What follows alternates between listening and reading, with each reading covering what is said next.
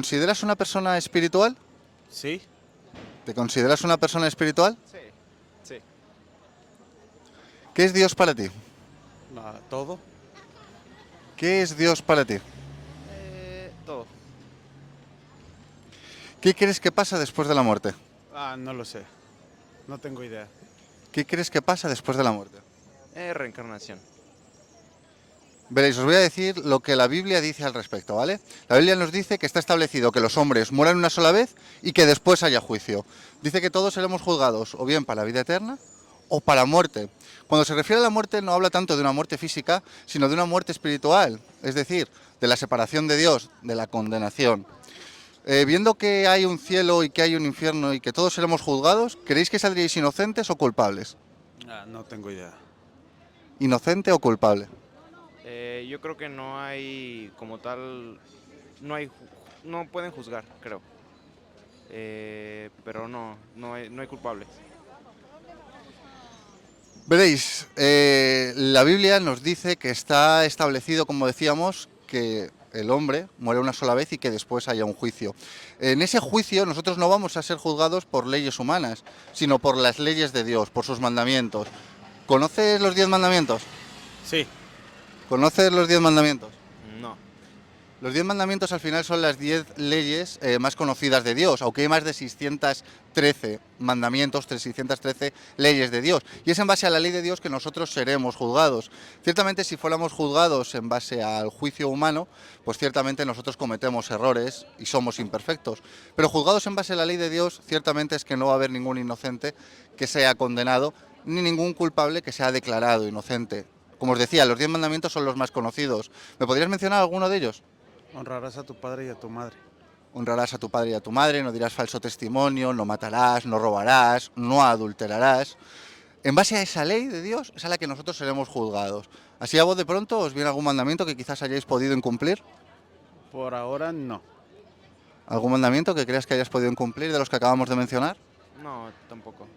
Veréis, Jesucristo cuando vino a la tierra nos dio claridad sobre los mandamientos, en concreto sobre dos de ellos. Sobre no matar, nos dijo que no es solamente hacer el acto físico de asesinar a una persona, sino con odiar a alguien en mi corazón ya he asesinado. En cuanto a adulterar, dijo algo parecido, no solamente el hacer el acto físico, sino que con codiciar a otra persona con mis ojos y desearla, ciertamente ya estoy adulterando. Como veis, el estándar de Dios es muy alto y su ley es perfecta. Y ciertamente todos hemos fallado alguna vez, porque ¿quién no se le ha ido la mirada o quién no se ha enfadado con alguien, verdad? Claro. Ciertamente todos hemos pecado, todos hemos fallado. Me decíais hace un momento que no sabéis si iríais al cielo y al infierno o si ese juicio saldríais culpables o inocentes. Quiero comentaros respecto a eso una cosa. Dios dice que todos nosotros hemos pecado y que por cuanto todos hemos pecado, todos estamos destituidos de la gloria de Dios. Esto no es una cosa vuestra o mía o de los que nos están viendo. Todos hemos pecado. ¿Y qué es pecar? Fallar. ¿Quién no ha fallado? Todos somos humanos. Dice la palabra de Dios que aquí no hay uno bueno, que solamente Dios es bueno y que todos nosotros somos malos. En base a esto que estamos hablando, que todos hemos pecado, que todos hemos fallado, que no hay uno bueno, ciertamente tenemos muy difícil ir al cielo. ¿Qué creéis que podríamos hacer nosotros aquí y ahora para cambiar las cosas? Para salir inocentes y no salir culpables de ese juicio. Orar. ¿Qué crees que podríamos hacer? Yo creo que hacer las cosas de buena forma, ¿no?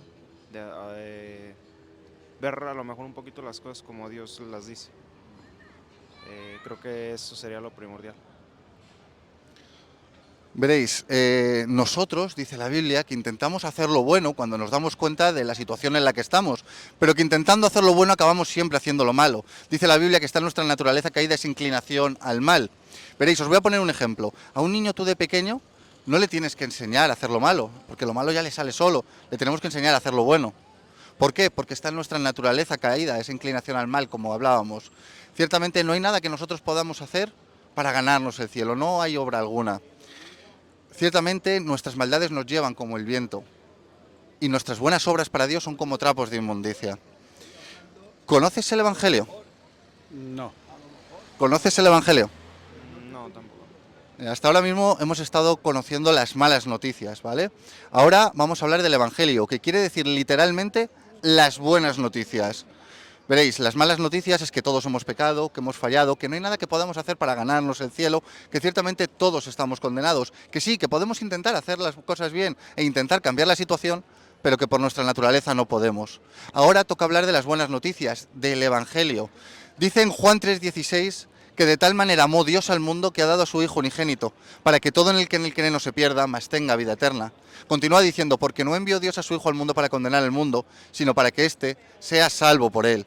Y ese es el Evangelio y las buenas noticias, que Dios se hizo hombre, que el Verbo se hizo carne y vino a ocupar nuestro lugar, vino a vivir la vida que nosotros no podemos vivir, vino a hacer las obras que nosotros no podíamos hacer, para así cargar con los pecados de todos nosotros y llevarlos a la cruz. Dice la palabra de Dios que Jesucristo fue tentado en todo, pero que en él no hubo pecado, y puesto que no hubo pecado en él, pudo cargar con los nuestros. Los llevó a la cruz y pagó por nuestros pecados en la cruz.